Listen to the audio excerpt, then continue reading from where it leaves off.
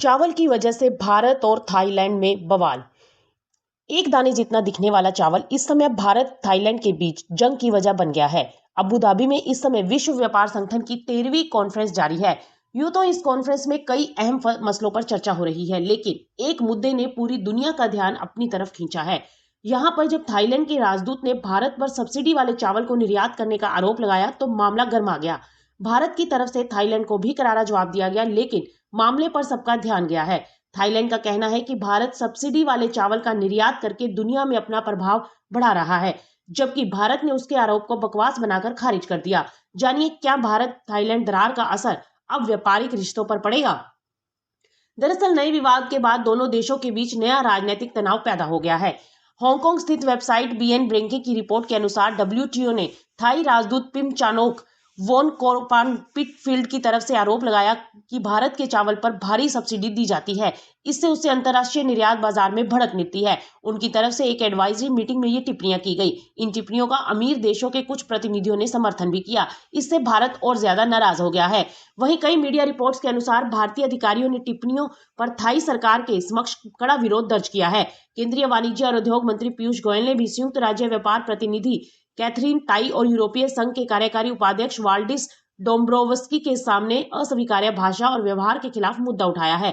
भारत सरकार के अधिकारियों का कहना है कि थाई राजदूत के तथ्य गलत थे। उन्होंने कहा कि देश में उत्पादित चावल का करीब 40% हिस्सा सरकार द्वारा खाद्य सुरक्षा उद्देश्यों के लिए अधिग्रहित किया जाता है। अधिकारियों की माने तो सरकारी एजेंसियां जिस बाकी बची हुई उपज को हासिल नहीं करती हैं, उसका एक हिस्सा भारत की तरफ से बाजार मूल्य पर निर्यात कर दिया जाता है।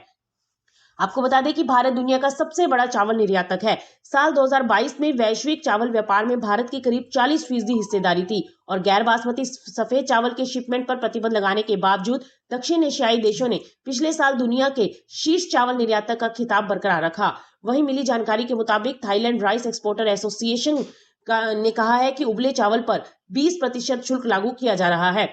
हालांकि चावल निर्यात प्रतिबंध के कारण वैश्विक बाजार में भारत की हिस्सेदारी 27% कम हो गई है। वहीं टीआरआईए के मानद अध्यक्ष टुकियाट ओप्सवांग के अनुसार भारत ने साल 2022 में 22.3 मिलियन टन की तुलना में 2023 में 16.5 मिलियन टन चावल का निर्यात किया है। यानी 2022 की तुलना में 2023 में चावल का निर्यात घटा है।